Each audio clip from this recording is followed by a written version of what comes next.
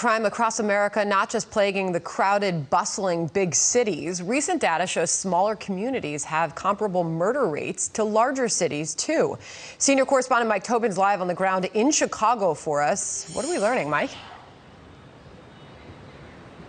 Well, you know, Sandra, Chicago is such a glaring example of street violence out of control that we report on it quite a bit. But the reality is Chicago is just an example of a national trend, and this violence is not limited to the big cities. Analytics is an organization that compiled a list of cities in the U.S. with the highest murder rates. Number one is not Chicago, New York, or L.A. It's the Big Easy. New Orleans has a per capita murder rate of 36.8 for 100,000, followed closely by its neighbor to the north, Birmingham, Alabama.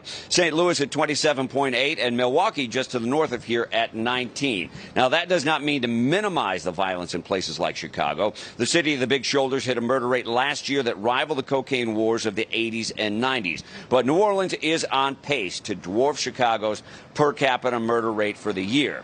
Now, when you go to the law enforcement experts and ask if the cause is decreasing respect for human life, lenient bond system, progressive prosecutors, or disdain for police and the defund movement, the answer you get is all of the above.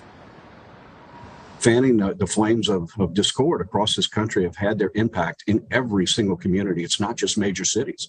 It's that lack of accountability. It's the attacks on the criminal justice system and policing. Now, one of the places that has seen some success is St. Louis. That town was number one for murders per capita in 2020, but they're now seeing the numbers decline. Credit is being given to the St. Louis County Police. That county has a staff of over 1,200 and spends 48% of the budget on policing. If you want more details on the subject, in-depth article just dropped on foxnews.com. Sandra, back to you. Mike Tomberlin on the ground in Chicago for us. Mike.